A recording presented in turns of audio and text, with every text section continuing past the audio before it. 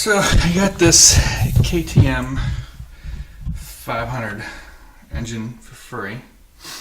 It is a 86 apparently, and as you can see there's a hole on top of the piston that does have the rings. They seem to be kind of,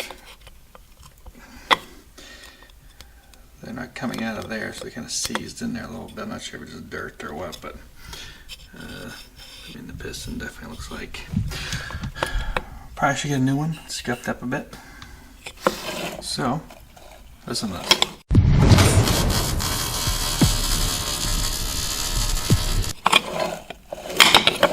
Yeah, bearings are definitely bad.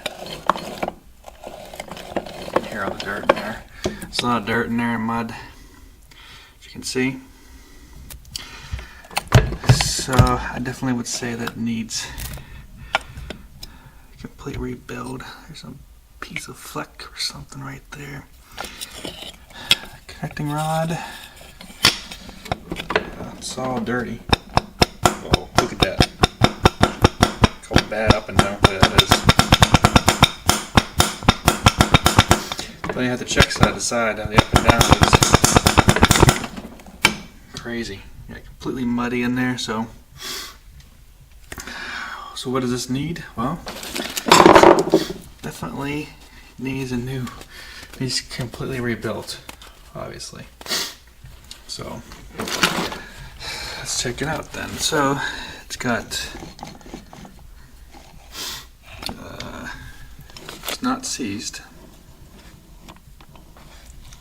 It's definitely not in gear right now though, so I can't see what the gears are. Kickstarter still works.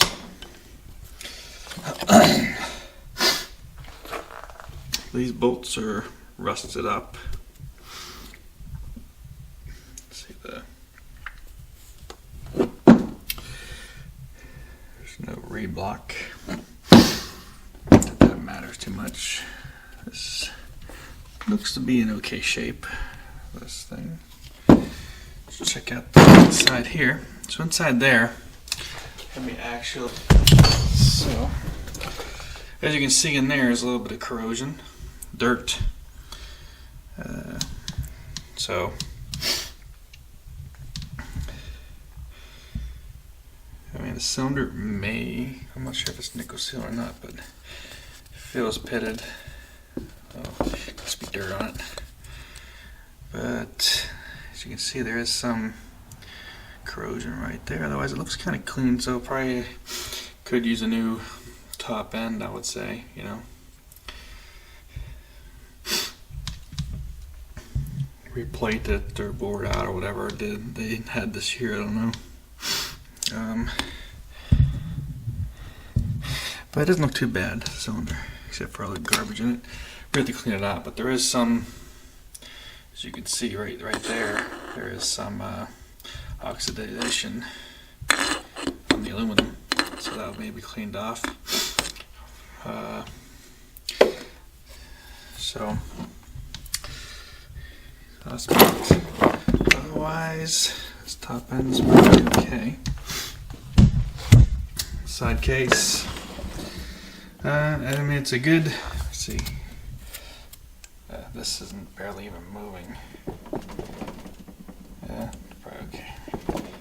So it's a little bit okay. He's cleaned up. Now we can take a look at the clutch. A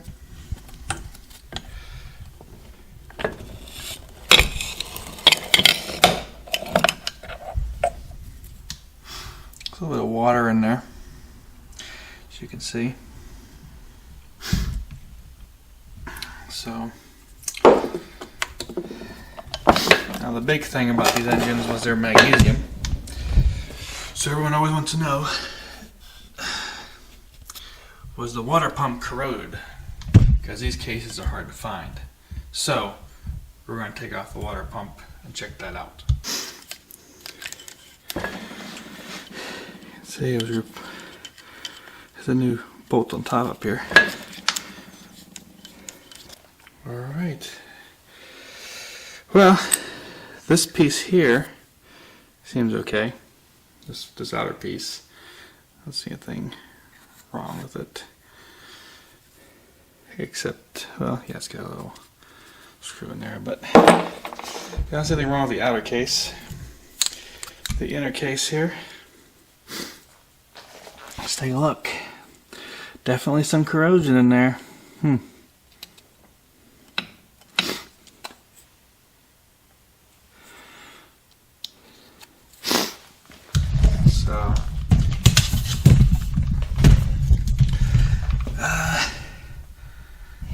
So, not, I don't know.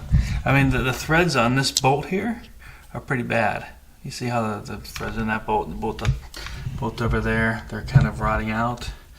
Water pump otherwise looks okay. I mean, the back of the case is rotted out a little bit. These bolts, where these bolts go in, the holes are rotted through, see? A little bit in the front, and that's why probably some of these bolts are extremely long for what they should be, why they have different bolts in them.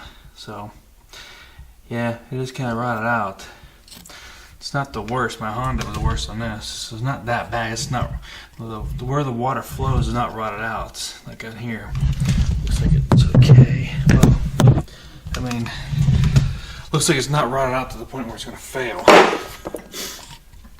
It's not perfect though. Definitely not perfect. Possibly workable. I don't know.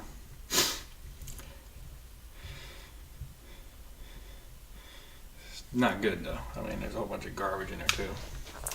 So, no, it's not definitely not a perfect case.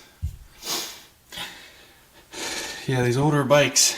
So here's my complaint about EFI. All right, first of all, EFI is not EFI in the KTMs. It's not direct injection. It's transfer port injection. So it's not, they need to redesign their engine to do direct injection. This is still injection into the transfer ports. That's what KTM's putting out next year. And people were like, oh, well, the technology's already in snowmobiles for a couple of years, so it was good. Okay, well, water fucking cooling was out, since the late 1800s or earlier, and it's been in automobiles. It was in dirt bikes. I mean, it was in bikes. Even bikes as far back as the early 1900s. In fact, one of the first bikes, the Hayden motorcycle, was water cooled, and that was in the 1890s. So, the people who put water cooling together in 1980 couldn't get water cooling correct for 30 years. They brought out the cases. They didn't have O-rings, and they had these flat, these flat head gaskets with the copper crush washers, and those. I mean, once they fail, the heads would warp, and then you had to reshave the head to get them to work again, to get flat. Whereas the O-rings are a little more tolerant to that. And the second thing is that the earlier water cooling bikes overheated. They weren't that perfect. They were easier to overheat, so they had to make the ports bigger. They had to change the direction. I mean, some of the earlier bikes, the water went down both radiators and back in. Only one or not both, right? But went to the top of both and then back down and back in. Whereas some of the modern designs will go through both radiators before going back in. So yeah, they couldn't get water cooling right in 1980, but people think that their so-called direct injection, which is actually transfer port injection, is going to be working just because it's been in snowmobiles for a couple of years. So, anyhow, I don't think so. So anyhow, this is all dirt. It's in there. As you can see, that up and down play, it doesn't really matter anyways. I mean, it's so dirty in there, you'd have to change that bearing out anyway. So, the funny thing is, the side to side doesn't seem that bad, but yeah, it's completely busted anyways. So